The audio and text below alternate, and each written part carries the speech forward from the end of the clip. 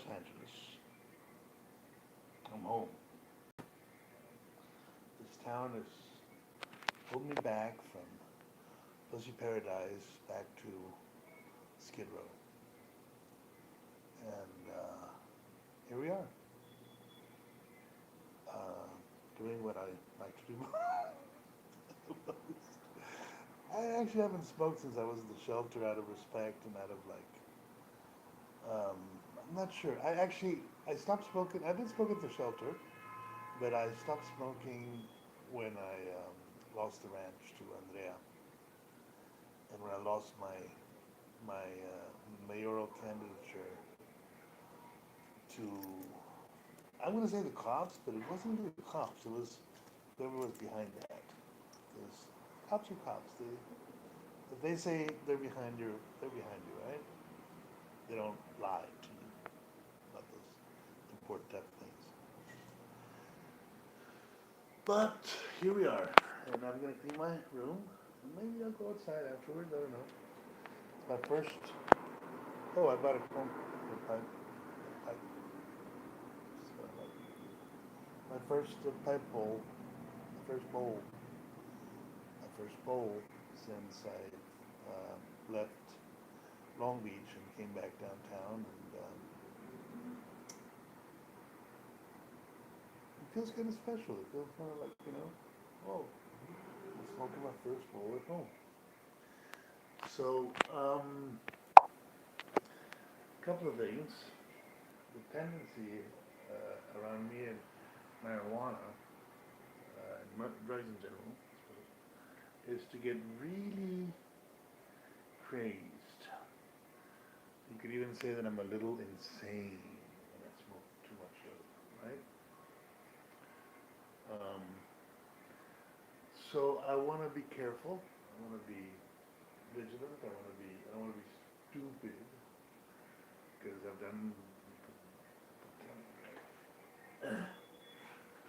done that way too much already in life. Be stupid. And the proof is in the pudding, right? I lost Pussy Paradise. All my efforts to save Pussy Paradise, Ramira, Perro, Millet, where are they? Where's the cats? So it didn't work out for me very well. But weed has a lot of really good stuff.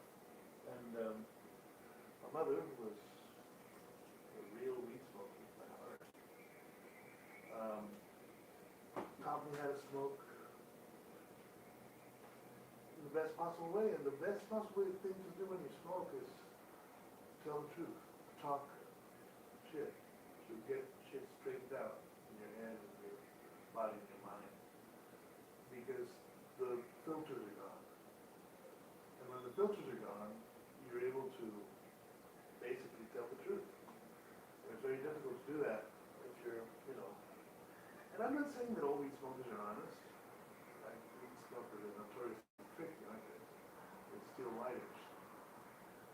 But at least their hearts are open, you know? At least their hearts are open. I mean, if you're a weed smoker, a real heart-to-heart weed smoker, your heart is open. That's why people shout in the streets. Because their emotions are high and they're feeling, the need to do something about shit.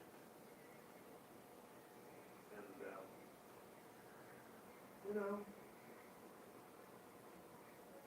just had a beautiful conversation with my dad. He's really worried about me. Really worried about me. Because he knows how I am, right? I want to pull back punches at you. And I don't punch. I don't like violence. I detest violence. But, the proof's in the pudding. I gave Mauricio the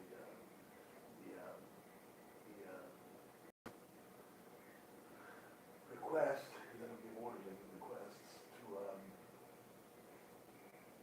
put incendiary devices all over Pussy Paradise, and if they came to get the house, to blow its, cut them and take as many cats as they could. And they came,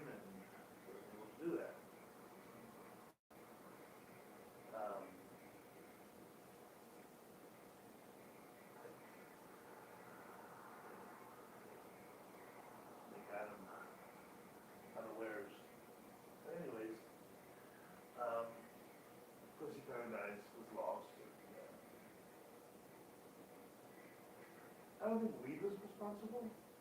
I was responsible. I lost those paradise, you know? I was the guy that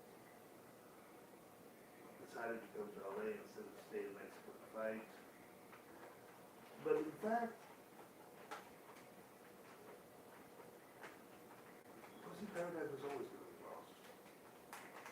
You know, that's the funny part about this whole thing with Pussy Paradise.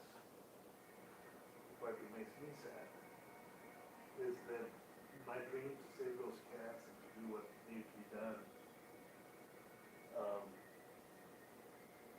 was just that dream, you know? Kind of like my dream to be mayor of Long Beach. Because I didn't calculate the strength of the forces against that.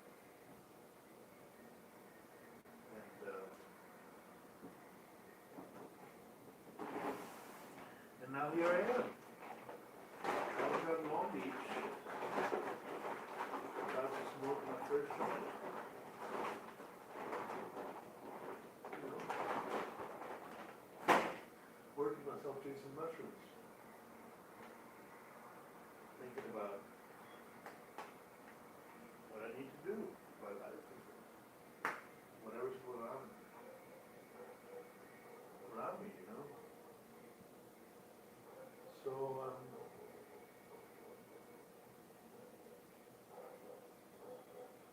let's put on my music, shall we?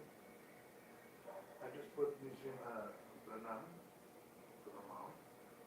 Now I'm going to put something for my dad. Because I love both of them. They're both part of me. So,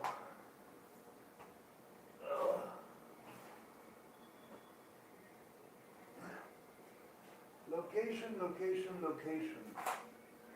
Where do you need to be and what do you need to be doing where you are? So, Museum Branam, great. And now, let's go to Everybody Night Time. That's what you do when you smoke too.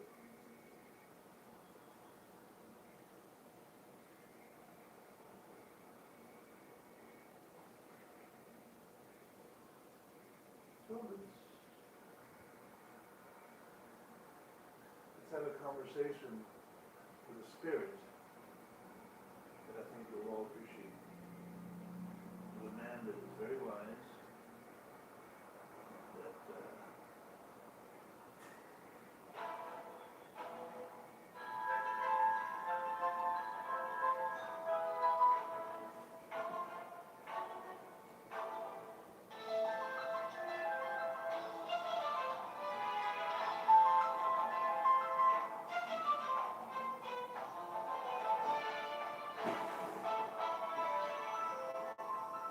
Hello and welcome to Mindscapes, our series of conversations with men and women whose ideas, vision and philosophy define our contemporary world.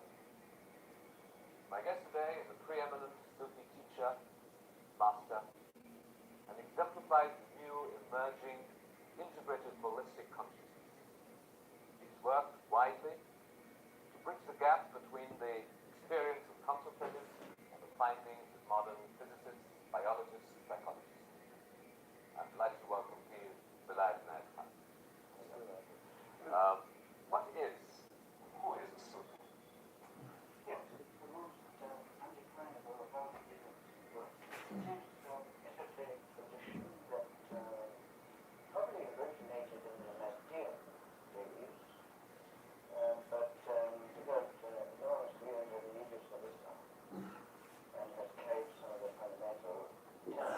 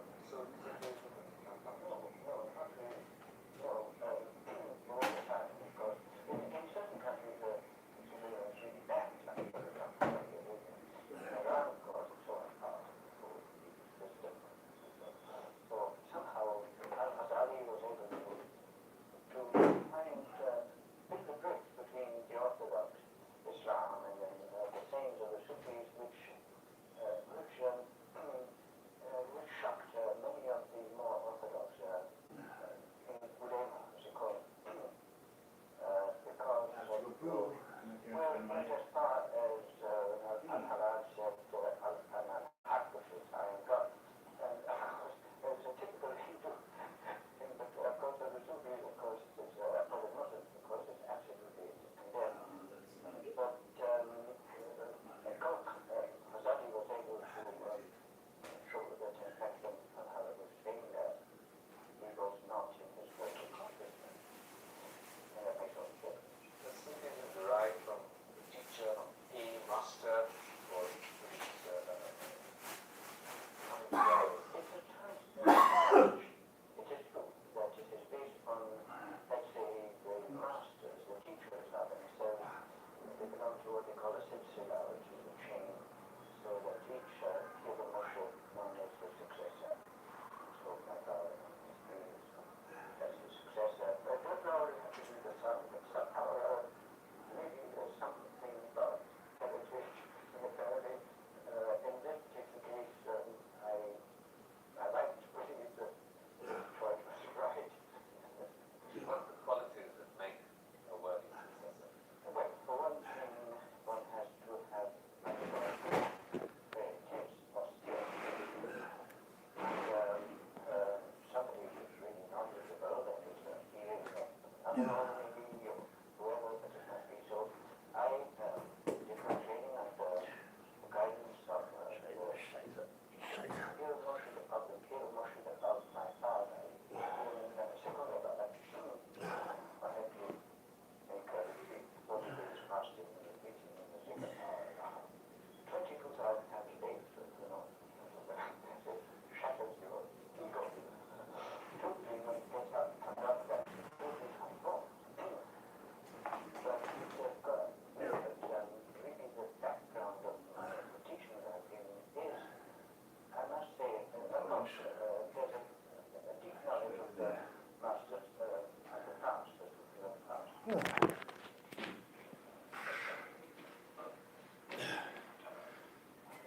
Scheiße. But I must say that my father has presented Sufism in a way that is particularly Yeah, take it with you. The whole way.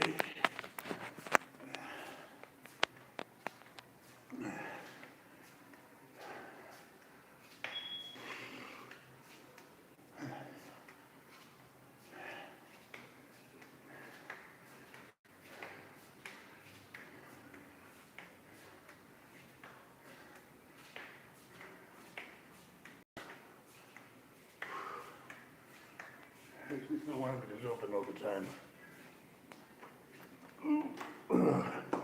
Another destination.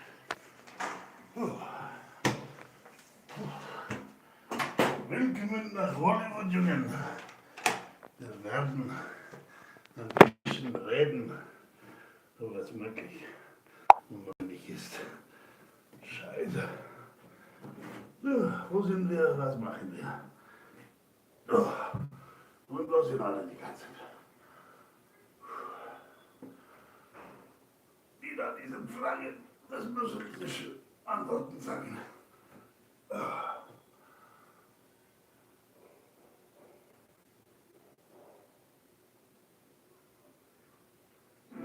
Fucking wunderbar. Now that gentleman is shit.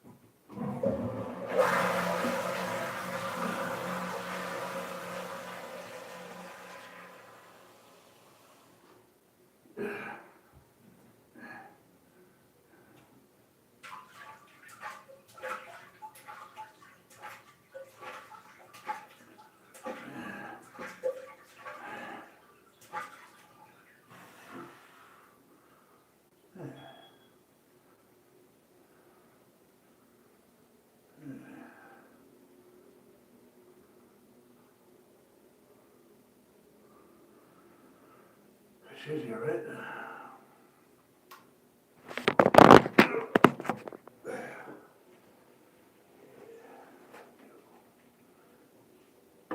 So, angry as shit.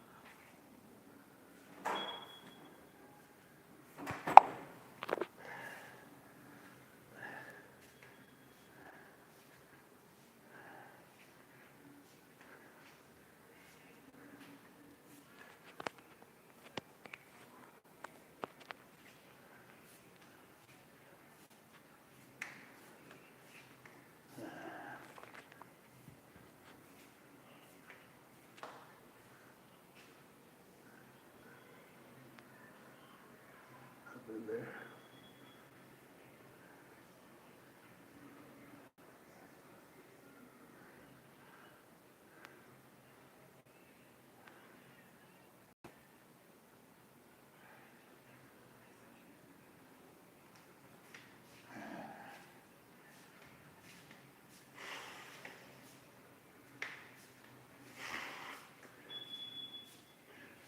Can't deal with it. My goodness. Well, you see, I believe in the value of prayer because one is projecting upon what one imagines to be God qualities, and one is somehow frustrating, at least in Islam, one is frustrating, so that in a certain way one is downplaying one's personal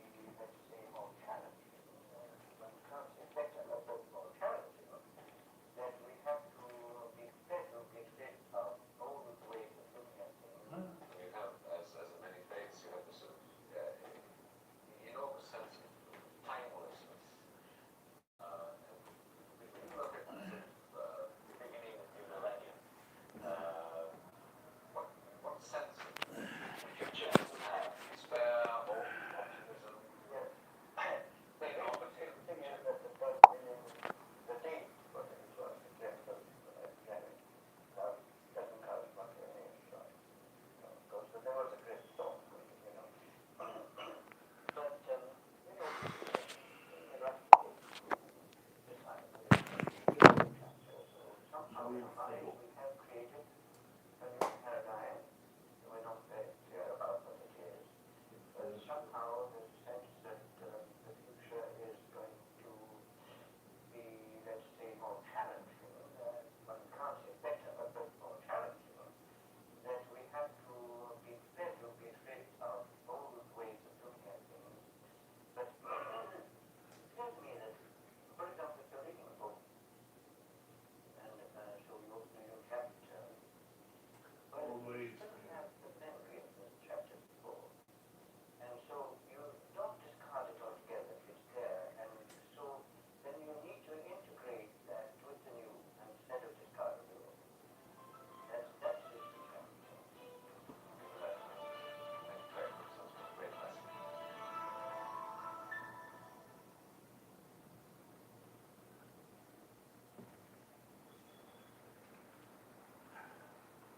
Good chat, Gabriel. Another spiritual This wisdom. macro level that so needs to be worked on and improved. That come up for you? I mean, so, participation in parliament, being active in politics, working more actively at that larger stage, to make more real your wonderful achievements, numerous micro levels. Actually, I want my feet to be steady and strong at the grassroots. As Seva and myself, are playing at macro level, but as you say, Parliament, I don't think it can be changed. Or that I can bring that changing in the Parliament. Because unfortunately, in our country, that when as you take up election and contest elections, then you have to take up the party. And then because you belong to a particular party, then the other party, all others become your enemies. So you can't have them. And then when I was in the parliament, at that time I didn't belong to any party. So for that matter, I didn't carry any political clout. I know. And then without having a political clout, you can't make a change. However, whatever I say was accepted 100% right and pure because I didn't Have of an my own agenda. yes. But I would vote, as I like according to the merit of the case. So who would trust me? So my going to the active politics is, but I think whatever Seva is doing, and then whatever I have been doing is political action. Because maybe in a small way, but we are changing the balance of power in favor of poor and poor women, in favor of informal sector. So I think now that we see after 27 years, now we see second labor commission which has been set up, and where one of the terms of reference is to have an umbrella legislation for the workers in the unorganized sector. So which is that way it has been now the unorganized sector, informal sector has become visible. Earlier after very important this time around it was only women. And now men more. So I think that is a commitment that has shown, maybe because of the pressure from some organizations like ours,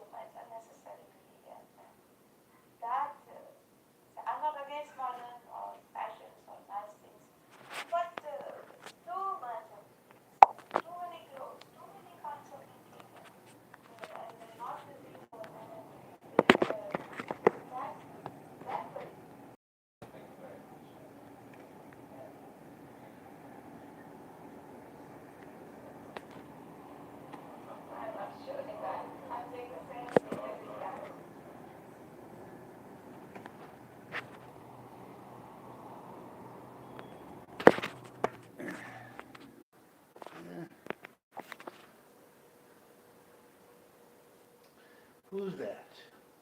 I don't know. Who am I? Who is it, güero? Azul, lo que sea. What the fuck am I doing? Who am I? Why am I here? Oh, yes.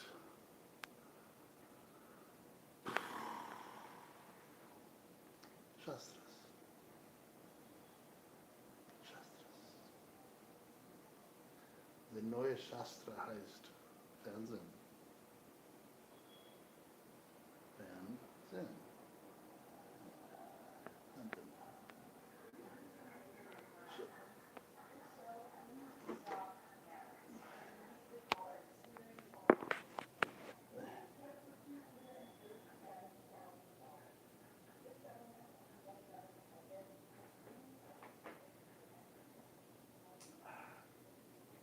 Drano for the soul. And you need Drano for the soul. Yeah. Drano for the soul.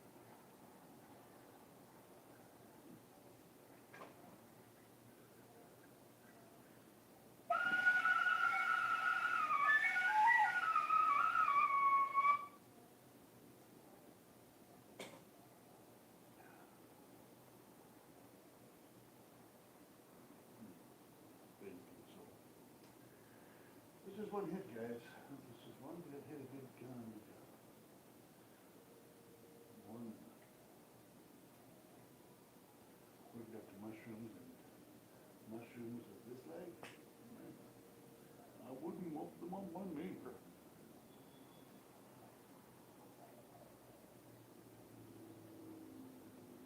So, see what else is on the TV. I love my TV. Don't you love your TV? Nobody. Not a person here. On my top fan zero. Well, you are the dungeon master. People do feel a little weird about you. What? What is that? What is that?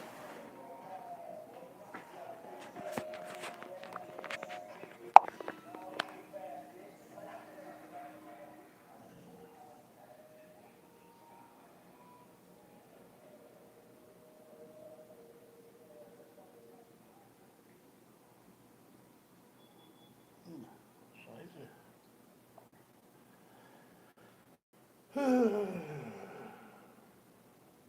Okay.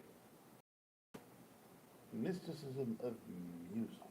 Oh. Quite the opposite. I actually view music as a kind of language. Now, what do I mean by this? Well, what is language really? It's a way of using symbols and words to communicate things about reality. Per definition, what language does is that it limits and defines things. It takes this incredibly complex and indefinable reality that we experience around us and limits it, defines it, puts it in certain boxes in order for things to be communicable at all. It encloses reality in symbols of meaning. Music, at least to my experience, tends to do the opposite. While language limits and defines, music opens up and expands. The experience of hearing an incredibly beautiful piece of music is not really something that can be put into words and to be defined. It's beyond words. It seems to speak to some part of ourselves that perceives things prior to the limiting nature of words and language. It is, again, to me, a feeling of expansion of one's heart and consciousness. Of course, one can argue that music often does have words, and words can sometimes enhance a piece of music, arguably. But what I'm talking about here is more the aesthetic element of a musical experience that is removed from any words or lyrics. And it is indeed interesting, and possibly a kind of hole in my logic here, that I think poetry can also have a similar effect, and it can induce similar kinds of experiences. And poetry is, after all, words and language. So, does that really work then? Well, I think even in the case of poetry, what affects us in that sense is that aesthetic experience in some way. It is the beauty and the melody, the musicality perhaps, we could even say, of the poetry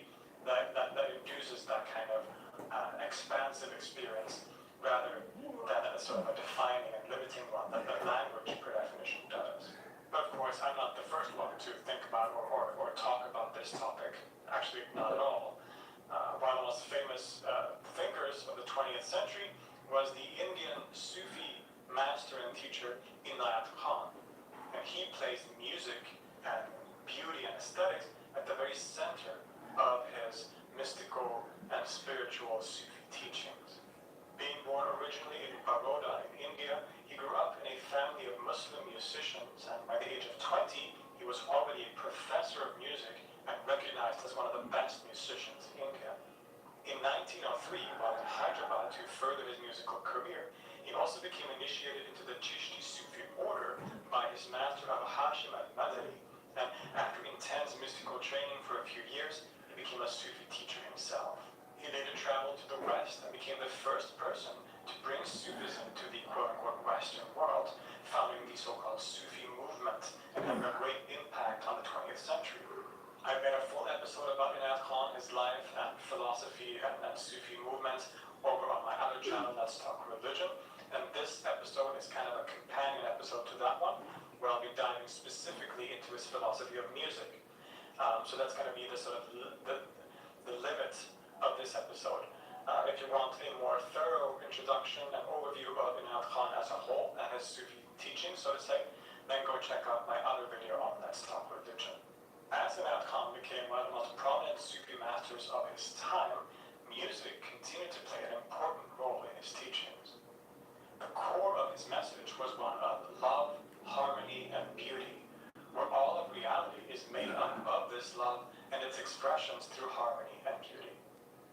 And music/art is one of the most, if not the most, prominent expressions of this in the world. He used musical language to explain his mystical teachings and employed music directly in his practices, as has been common in the Chishti order that he was initiated into and that he to some degree represented. Most famously, there is a published work of his called The Mysticism of Sound and Music, compiled from his different talks and discourses about music and sound and how they connect to the divine aspects of reality. This book has become something of a classic, even outside of his Sufi movement. It circulated among jazz musicians in the 1950s and 60s and greatly influenced some of the major musicians of the 20th century. And even today, it remains a pretty profound exploration of the mystical dimensions and aspects of music in different ways. So what is this philosophy all about? Inayat Khan came from a background where music played a major role, and in several different ways. We already mentioned that he literally came from a family of musicians. His grandfather, Maulana Bakhsh, was a very famous and important musician and professor of music at the time, establishing a notation system of his own, founding a major school of music called the Gyan Shala School, which is today known as the Faculty of Performing Arts in Baroda, still survives. And essentially, he had a kind of style of his own, a musical style of his own that he developed that combined the northern Hindustani music with the Carnatic music of the south. So Inayat Khan very much had music in his blood and naturally had a strong inclination towards it ever since his childhood. But as we saw, he also became a Sufi. So what is a Sufi? Sufism is often categorized as Islamic mysticism and has played a central role in the history of the Islamic world. Again, watch my full video on Inayat Khan or my introductory videos on Sufism for more on this topic. But Sufism has always had a strong relationship with music. One of the famous ritual practices established by the Sufis is something known as sama, or listening, literally, of which we saw an example at the beginning of this video.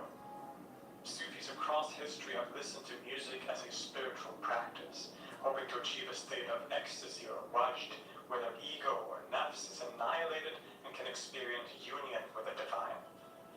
And the Chishti Sufi order, which has primarily flourished in India, has always placed an especially strong emphasis on music and sama as central to their tradition.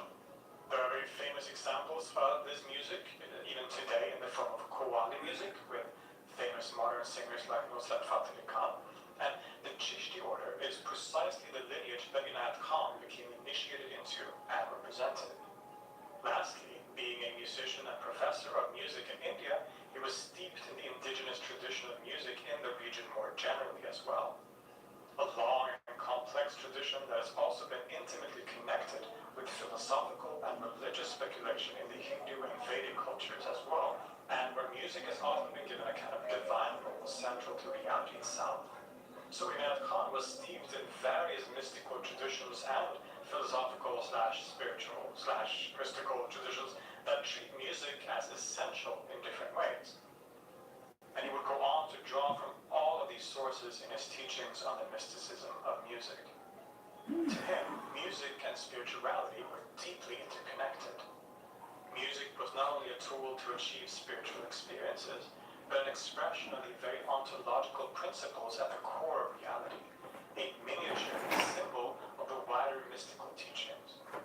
It was music and its harmony that brought him to the deeper explorations of the soul and reality, a gateway into the wider spiritual life. In music, he found a way of connecting with something greater, with a harmony and aesthetic beauty that mirrored and could bring him closer to the harmony and beauty of the divine, of God. Thus, to him, music in some way is religion, and he states in multiple places that music is his religion, while not necessarily neglecting his Muslim identity at the same time. He says, quote, "The deeper I dive into the ocean of feeling, the more beautiful are the pearls I bring forth in the form of melodies. Thus my music creates feeling within me before others feel it. My music is my religion, and therefore worldly success will never be a fit place for it. My soul will achieve perfection." He calls music the divine art and claims that it has divine origins. In an early work of his on music, the Minqari Musiqat, which he wrote while still in India around 1907, he explores the divine origins of music. According to one theory, the word music itself comes from the Musiqat bird, which through its peculiar beak could produce various tones and sounds, thus then, according to this theory, originating music as a whole. But he also brings up theories relating to sacred history. He says, "Some say that the art was revealed to Hazrat Suleiman, peace be upon him, or Dawood, peace be upon him. One story is that Hakim Pythagoras was its inventor. Others say that it was named after Hazrat Musa, or Moses, peace be upon him.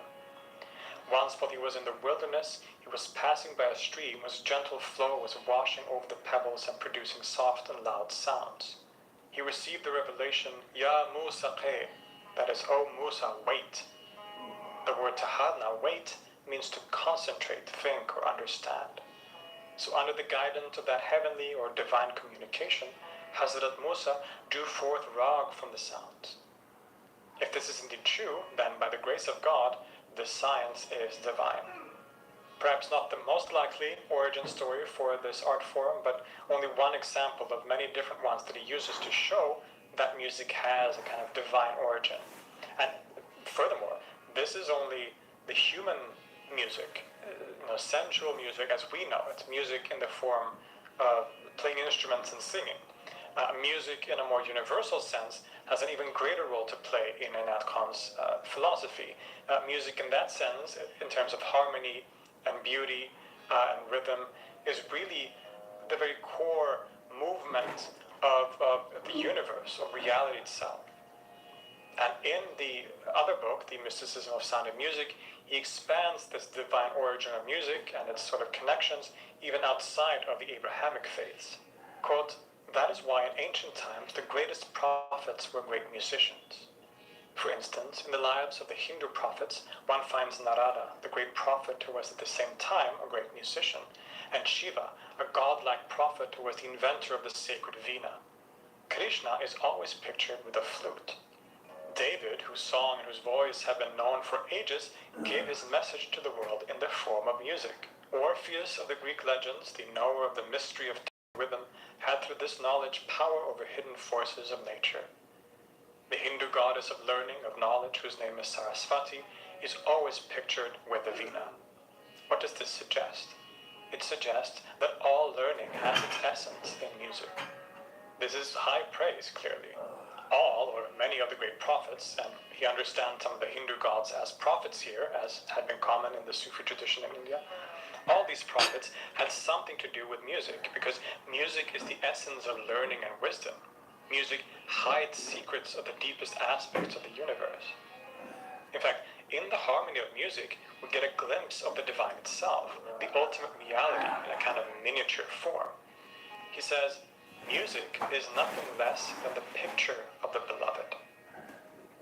To understand fully what he means here, we need to take a step back and look at the different intellectual traditions that Inayat Khan was influenced by and that he studied. One of them, clearly, is the so-called Akbari school of Sufi philosophy or Sufi metaphysics, which is usually traced back to the 13th century Andalusian Sufi master Ibn Arabi. This Akbari school is famous for a doctrine known as Wahdat al-Wujud, or the oneness of being. This is a doctrine that is controversial to many, but has also been incredibly popular and widespread across different parts of the Islamic world in different times and places, including in India during the Mughal period, perhaps especially. And this school, the ideas of this school is impossible to explain in brief terms and in a simple way, but generally, in the school of Ibn Arabi, God is all there is. He's identified with being, or wujud in Arabic, being itself. And because God is one, that means that being is one. This is the origin of that common name for the doctrine, Wahdat al-Wujud, the oneness of being. It really is a sort of restatement of the proclamation of faith in Islam, La ilaha illallah, there is no God but God. What he's saying here is that because being is God, there is no being but God, there is no being but the being, there is no real but the real, there's nothing, no reality but the real, right? So it's a sort of extension of the proclamation of faith. Now, because being is that which, per definition, is, there is nothing that is not it. Therefore, all the multiplicity of things that we see in the world, which certainly seems to be, and are, according to Ibn Arabi, different from God, are nothing but the manifestations and reflections of the inherent infinite attributes and qualities of absolute being, or God. This gives clarity to the Quranic phrase that, quote, whichever way you turn, there is the face of God. Hence, everything we experience in the world is, in some sense, God, by the very fact that it is being, and therefore it is nothing but God, because God is being. On the other hand, in its individual unique essence and identity, it is a direct manifestation or expression of the divine qualities themselves, but in a limited form. So, for example, when we see something beautiful, what we are really experiencing is beauty itself expressed in a particular way. Everything beautiful is really an expression of the absolute beauty that is a divine attribute, and therefore is identical with God, God's self. This might perhaps remind you of Platonism and its idea of the forms of the ideas, and there are certainly similarities. According to Plato, things are beautiful because they participate in the idea or form of beauty, and again, the form of forms is God even to him. But the point is, the whole world is a display in which God shows himself, epiphanizes himself. And things like love, harmony, and beauty are powerful ways that we can glimpse the divine attributes, and thus the divine itself. Whatever we love or whatever we find beautiful, whether it be a person or a piece of art, what we are really loving or finding beautiful is God. But we only misunderstand that love to be directed to a limited form as opposed to what that form actually expresses, which is, again, God.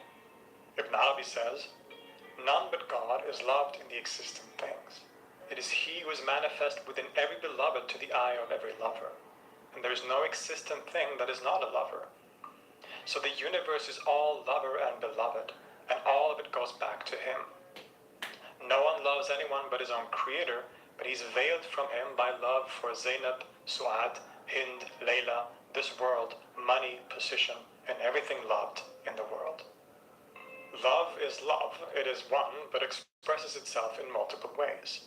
The same is true of harmony and beauty, all things which are so directly found in and represented by music. In other words, when we hear a beautiful piece of music, we're actually directly experiencing the divine. We're getting a glimpse, a self-disclosure of the absolute in a miniature or limited form. This is what Inayat Khan means when he says that music is nothing less than the picture of the beloved. And in another place he clarifies, quote, it is owing to our limitation that we cannot see the whole being of God, but all that we love in color, line, and form, or personality, all that is beloved by us, belongs to the real beauty, who is the beloved of all. But to Inayat Khan, music is also the fundamental aspect of reality in more concrete ways too. And here, he not only draws on sacred scriptures, but on the science of his day. Music is life, he says, and life, per definition, is characterized by movement, by vibrations. And vibrations are, after all, what music is when we get down to it. Quote, creation begins with the activity of consciousness, which may be called vibration. And every vibration, starting its original source, is the same, differing only in its tone and rhythm, caused by a greater or lesser degree of force behind it. He also says, music is the beginning and end of the universe.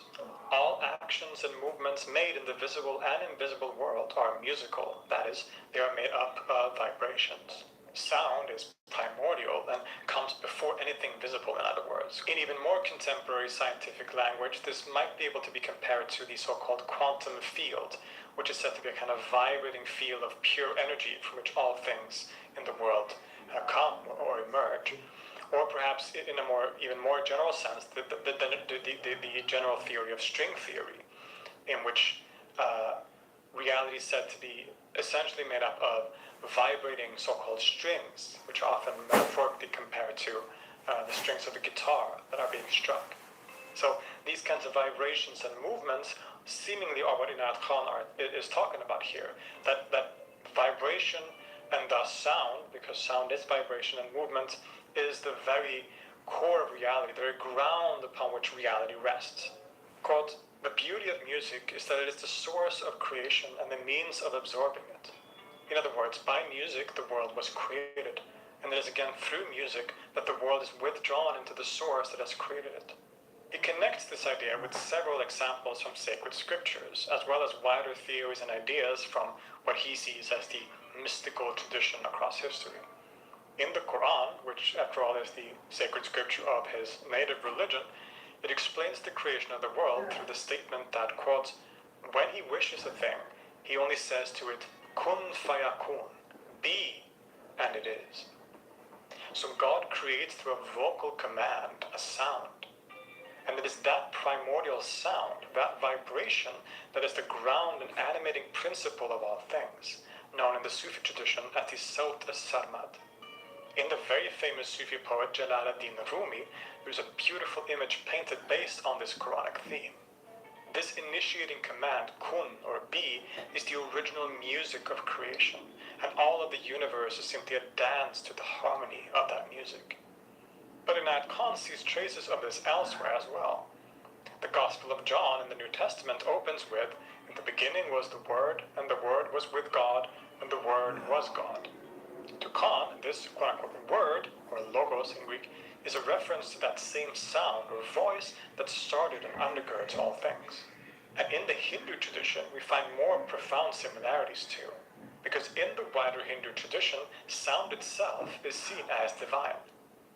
The absolute reality, called the Brahman, is identified with the syllable Om, the primordial sound or vibration that creates and lies at the core of reality. In this form, as sound, it is known as the Nada Brahman, the kind of the divine sound, or the sound of God, perhaps, to maybe interpolate that a little bit. And Indian music and the raga system, which Inayat Khan was steeped in, is intimately connected with these philosophical ideas to the point where music often becomes a direct expression or acting out of a kind of devotion. So this is a perfect example of his universalizing approach to his Sufi teachings more generally, that he draws from different traditions, from his native Islamic tradition in the Quran to Christianity, to the native Indian and Hindu tradition, and even to the modern science of his day, to argue for this same thing. He finds similarities and arguments in all of these different places for this idea that music is the originating principle and underlying ground of reality in the universe through its essential form as vibration and motion, which sets all other things in motion. And this can all be seen in the manifest universe. As we saw, all of the world, according to the Akbarian worldview that he seems to have been influenced by, is simply the manifestation of God, the reflection in limited form of his beautiful names and attributes. This inherent monism, or perhaps non-dualism, is important to keep in mind. Everything is essentially united in expressions of the one reality, the one absolute being. That being, God, is, in the Sufi tradition, identified with love. Love, oneness/unity, harmony, and beauty are not only attributes of God, but because they are attributes of God, hence because God is one, they are also identified with God's very essence. And in this Platonic sense, all beauty is really God's beauty. All love is really that all-encompassing love identified with God, and which originates in his loving wish to be manifested, and the reciprocal love of creation for God. It's all the same love, part of the divine unity or tawheed of all things from the ultimate perspective. Remember that earlier quote from Arabi. All the beauty and harmony that we experience in the world, and which causes love to arise in us, is really only a self-disclosure of God, a fleeting, limited glimpse of the divine being itself. And this is something that can be experienced in the world by those with eyes to see. But it's also something that we should aim to embody in our own lives. And all of this, being harmony, is also identified with music by Nat Khan. As we said, our human music is only a miniature of the music of the universe itself. Quote, "The music of the universe is the background of the small picture which we call music. Our sense of music, our attraction to music, shows that there is music in the depth of our being. Music is behind the working of the whole universe. The universe is a beautifully expressing the divine being and love through harmony." Quote, "When we trace what attracts us in this beauty that we see in all forms, we shall find that it is the movement of beauty, the music. All forms of nature, the flowers so perfectly formed and colored, the planets and stars, the earth, all give the idea of harmony, of music. The whole of nature is breathing, not only living creatures, but all nature. It is only our tendency to compare that which seems more living with that which to us seems not so living, which makes us forget that all things and all beings are living one perfect life, and the sign of life that this living beauty gives is music." He also says, "Therefore, it is no exaggeration to say that music is the language of beauty, the language of the one whom every living soul has loved. And we can understand that if we realize and recognize the perfection of all this beauty as God, our beloved, then it is natural that this music, which we see in art and in the whole universe, should be called the divine art." This kind of idea of the music of the whole universe is one that stretches far back into the ancient world. The Pythagoreans spoke about the so-called music of the spheres as an expression of this very same idea, where all of the world is made up of a musical harmony. And later thinkers like Plato and many others adapted the same idea. In the Minqari Musiqar, Khan argues in a similar way. He says, "This science has two fundamentals, sur, that is sound, and ta, the limit of sustain. The two fundamentals are as close to each other as skirt and blouse. Ta and sur are the substance of the musical science, and they are manifest and present in everything. Now consider that in your own body, the movement of the pulse, the beating of the heart, the passing in and out of the breath, and the sensation and movement of all the limbs are never empty of sur and ta. Indeed, creation's every activity confirms the validity of my claim. If we can cast our eyes upward, there is above all the beguiling charm of the lovely wink of eternity. The original manifestation was that of sound, which is kun, be. All things and beings are its manifestation." But I think it finds perhaps its most beautiful expression in the mysticism of sound and music, where he says, "When we pay attention to nature's music, we find that everything on the earth contributes to its harmony. The trees joyously wave their branches in rhythm with the wind. The sound of the sea, the murmuring of the breeze, the whistling of the wind through the rocks, hills, and mountains, the flash of the lightning, and the crash of the thunder, the harmony of the sun and the moon, the movements of the stars and the planets, the blossoming of the flower, the fading of the leaf, the regular alternation of morning, noon, and night, all reveal to the seer the music of nature." But this divinity of music also extends down all the way from that abstract divine metaphysical realm all the way down to our human world and experience as well. As Inat Khan says on multiple occasions, the sensible music that we experience and perform as an art, as human beings, is a miniature of the wider music of the universe, right? And so when we experience that miniature form of music, when we play music together or listen to beautiful music, we can come into contact and sort of direct communion with the wider music of the universe and the divine. And because of this, music to Inat Khan is not only a metaphor and a sort of way of talking about beauty and harmony in reality as a whole, it's also a very profound and powerful practical spiritual tool and practice. That listening to music is one of the most powerful ways that the mystic or the spiritual aspirant can reach higher states of consciousness by, through that aesthetic experience of the beauty and harmony of music, connect with the wider harmony of the world as a whole. He was a spiritual teacher and guide in the Sufi tradition, after all, and that is where his focus was for the latter part of his life. Again, for a fuller introduction to his life and thought more generally, check out my full episode on Let's Talk Religion. In short, among the different meditative techniques such as breathing exercises and zikr, which is somewhat similar to mantra chanting, Inat Khan also used music as a spiritual practice to help himself and his students advance on the mystical path. This he of course gets directly from his Sufi tradition, especially the Chishti order of Sufism, where music has been used in precisely this way. Quote, music not only unites man to man, but man to God.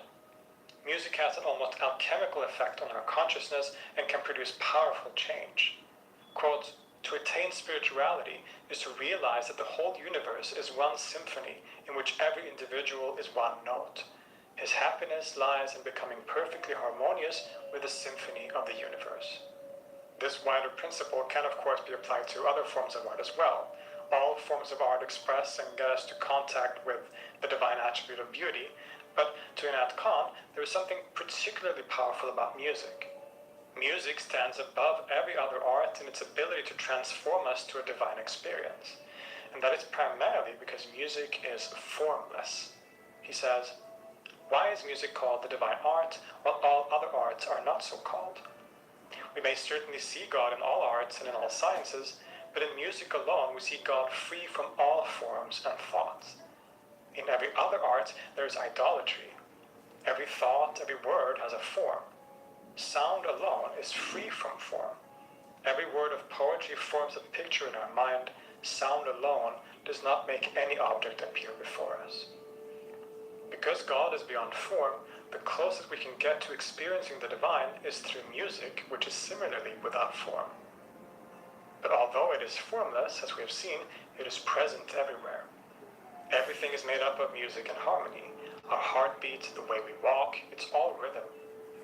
Khan goes on to say that the breath itself is also central to this, because music is sound and sound is breath. Part of the spiritual path is to breathe properly, to breathe in a harmonious musical way. And the same goes for speech, how we talk and interact with the world around us.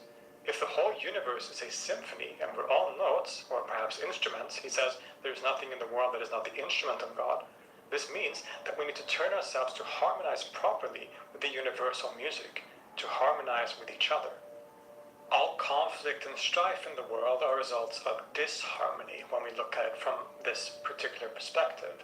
And this is true not only from a spiritual point of view, but also very fundamentally from an ethical point of view. And this is very important to Inat Khan.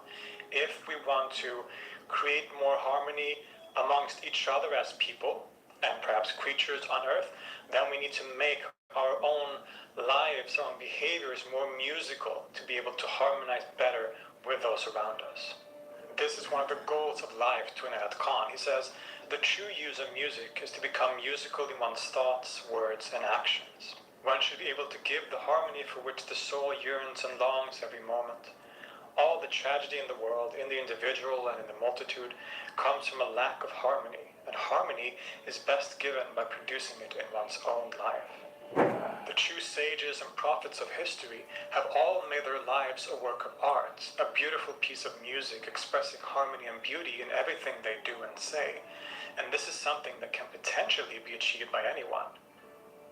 It's often said that a person's interior state can be seen outwardly, and Kant fully agrees with this. Sometimes we just dislike a person before they've even begun to talk. This is because their, so to say, vibrations are wrong, right? Their soul isn't musical. If one doesn't want to be so dismissive of the simple fact that people are different, one could perhaps instead say that the frequency that that person has is one that doesn't harmonize with your own frequency.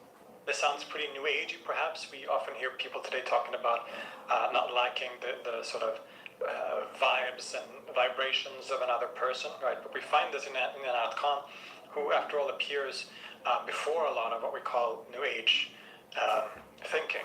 And in this case, we can see that this idea and these sort of expressions are actually connected with a much more deeper metaphysical worldview, you could say.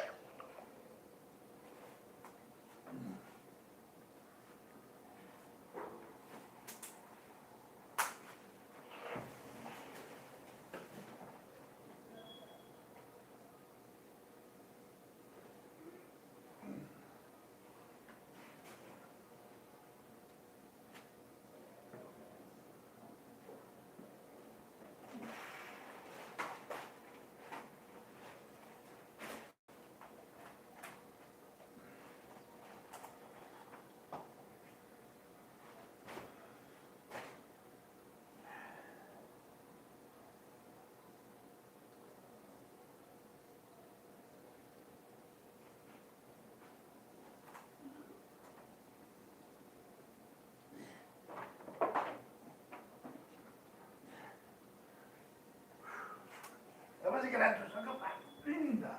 No.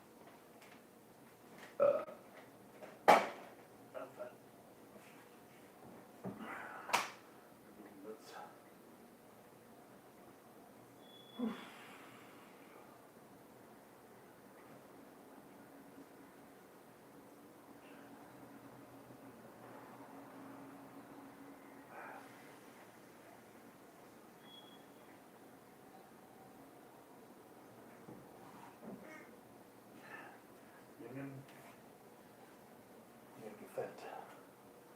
Wir sind ein sehr interessantes Platz. Im Moment Geschichte. Wir haben eine Möglichkeit, etwas Neues zu machen. Das werden immer überraschen. I would also argue that you can take this wider idea and sort of expand it beyond what Immanuel Kant himself is saying, and to connect these ideas about resonance and harmony to ideas in Sufism more generally, or perhaps in the wider world of mysticism. We, as humans, are almost like instruments, right? And we receive and we resonate what we take in from the outside. But just like a guitar, for example, needs to be hollowed out, right? It needs to be empty on the inside for it to resonate properly. In the same way, Sufism teaches that we need to empty ourselves of our ego in order to be able to receive inspiration from God, for example. And this is true just in general. If you say you're jamming with someone, you're playing music with someone, in order to be able to harmonize with that person, whether you're singing or playing music, you need to sort of become passive. You need to empty yourself of your ego or your sort of the ways you want to impose yourself, right? When you play together, you need to become empty and receptive to what is outside in a different way, right? Because when you're passive and receptive, then you can more easily adjust to what's going on. You can harmonize with someone. But if you are full of ego, you're full of that sort of part of yourself that wants to assert yourself, then it's going to be very hard to play together in a harmonious way. Just like in social interactions, there's always a level of being sort of passive, emptying yourself, and sort of reacting to someone else's energy, let's say. You need to feel the room, as people say. If someone is sad, then you adjust yourself to how that person feels and act toward them in a way that's appropriate. Now, if you were just approaching that situation from the way you felt, then there would be disharmony in your relationship, right? But you always need to be at least somewhat empty. You always need to be somewhat passive in order to be able for your social interactions to work properly. This connects to things that the Taoists say, for example, that the very usefulness of a house, for example, even though it is made of wood, is the emptiness, the void inside of the house that is actually useful. Right? So this is a recurring theme in a lot of mystical teachings, that we need to empty ourselves. It is only when we empty ourselves that we can resonate this divine music, this divine harmony. We can harmonize and resonate with people around us, but also with the wider harmony and music of the universe. To use perhaps another Sufi-related metaphor, we can talk about the flute. The flute is a pipe, a reed pipe that is hollowed out, because the way you play it is that you blow into the pipe and the air from your breath flows through it and creates different notes depending on where you put your fingers, right? This is what Rumi talks about in his famous opening to the Masnavi, the so-called Song of the Reed, where he becomes the flute. But in order to become the flute, in this case, again, we need to empty ourselves out. We need to become empty just like the flute is empty, so that God can blow his breath into us and play us just like a person would play a flute. To quote that same aphorism by Nat Khan again, he says, "There is nothing in the world that is not the instrument of God." Although, to use this metaphor and argument, you could argue that some people are better instruments of God than others, depending on how much they have managed to hollow themselves out and become empty of self and ego. He even gives quite practical instructions and indications of how sound can be used. For example, in the book, he talks about something he calls abstract sound. This is that sound mentioned earlier that lies at the core of reality, the vibration that creates all things. And then Nat Khan mentions that one spiritual practice involves concentrating on, meditating, and hearing that sound, which is called the Sauti Sarmad. If one is able to accomplish this, the sound will bring with it an overwhelming sense of ecstasy and peace. According to him and many others, it was this sound and practice that the Prophet Muhammad experienced in the Hira cave before his first revelation. And it is this sound that Moses heard on Mount Sinai when he spoke to God. The sound itself is described as sounding like running water, or as a swarm of bees, as the instrument called the vina. But to Nat Khan, the core of the sound is the Arabic pronoun hu, meaning he. This is a common way to refer to God, and specifically God in his most transcendent selfhood within Sufism. His huwiya, his he-ness, his sort of selfhood, is a very important concept in schools like the Akbari school that I mentioned before. It is interesting to connect this idea and practice with earlier expressions of a similar kind. In other videos, we've explored the writings of the Mughal prince and Sufi Dara Shikoh, who describes an identical practice in a work called the Risale Haqnuma, the Compass of Truth is one translation, and where he describes this sound in an almost identical way. Similarly, within the yoga tradition, specifically in what is known as Nada Yoga, or the yoga of sound, there is again an almost identical tradition of hearing a sound in connection with reaching a state of samadhi, or a sort of absorption and meditation. And that sound, being an expression of the cosmic sound and vibration Om, which we saw is also known as the Nada Brahman, is described similarly as, quote, like the hum of the honey-intoxicated bee, next that of a flute, then of a harp or vina. This is from the Shiva Samhita. And that this sound, when meditated on and heard, will bring total absorption. It seems that Inayat Khan here, just as in his wider Sufi thought, is drawing on various interconnected sources, from his native Sufi tradition, but also from the wider Hindu and Indian religious and philosophical heritage. In this way, music truly is all-encompassing. It's an aspect of the divine itself which manifests as the universe and determines the very harmony and beauty of that universe. But it also governs our human interactions and ways of developing ourselves in Talking about music is not music. Talking about DJs.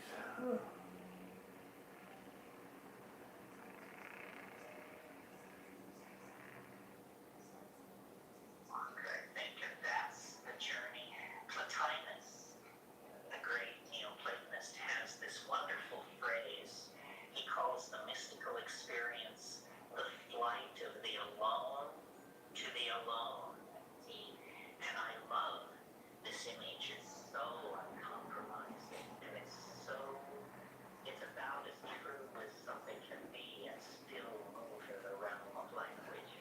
Because it's saying, finally words fall away, and finally there is only that which cannot be said. Many of you who stuck with me know that I love to quote this poem by this obscure poet who died in the trenches of France in the First World War, Charles Stigmont. And he wrote a poem called Meaning's Edge, and the punchline goes like this. Meaning's Edge. I look over Meaning's Edge and feel the dizziness of things you have not said. And I think that every one of these weekends, this is the effort to carry you to the edge of an abyss and then push you over into the dizziness of the things unsaid. And there will always be unsaid. I mean, they are, Wittgenstein, God bless him, had the concept of what he called the unspeakable. He said philosophy operates in the realm of the speakable, but eventually we must confront the dizziness of things unsaid. That's where real authenticity that flows back into the world of community and speech, but it comes from a place of utter silence and unsayability. How could it be otherwise? I mean, what hubris it would be to expect that the small mountain noises of English could encompass law. I mean, that's a primary error that all philosophy chooses to make at the beginning of its enterprise in order to do this set of shaman. Am I? No. Or am I not the most boring person on the planet?